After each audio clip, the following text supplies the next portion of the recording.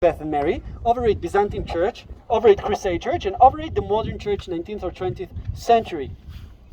Normally, the church of the 19th or 20th century have an architect.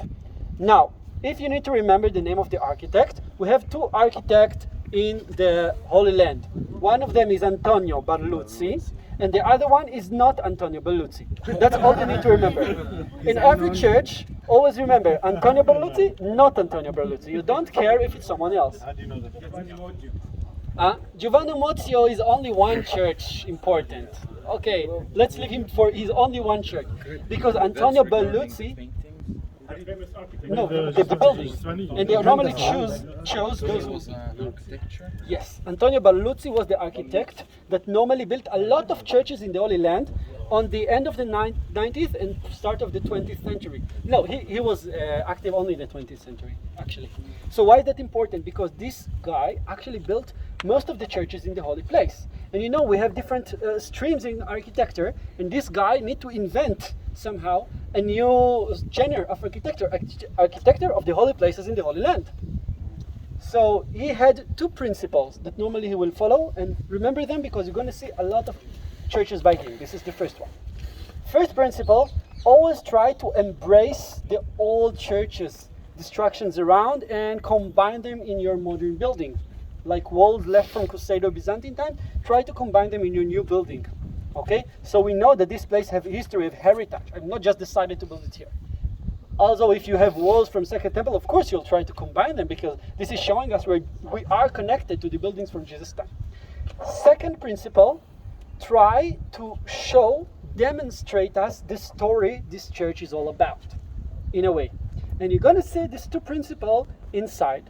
Because when you enter, you're going to look up to the ceiling and you're going to see wooden ceiling written. Yeah, the ceiling is not wooden, but it's being designed and painted as being wooden with a lot of grapes over it.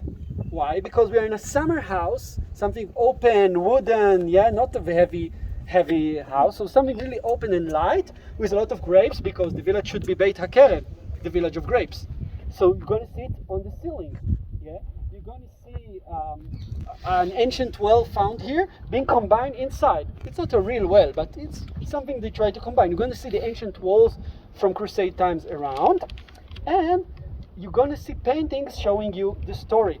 One painting showing you Zechariah going to sacrifice, yeah, in the temple, and other painting going to show you in front of you, going to show you the two mothers, okay, meeting Elisheva and Mary.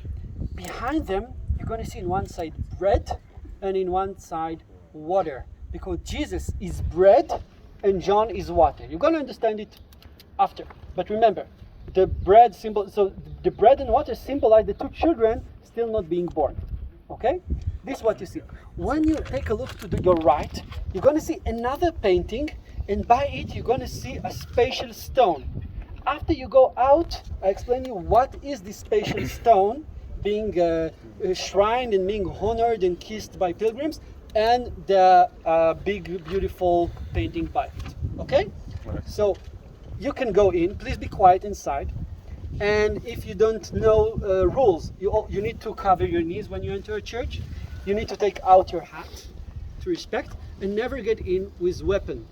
Okay?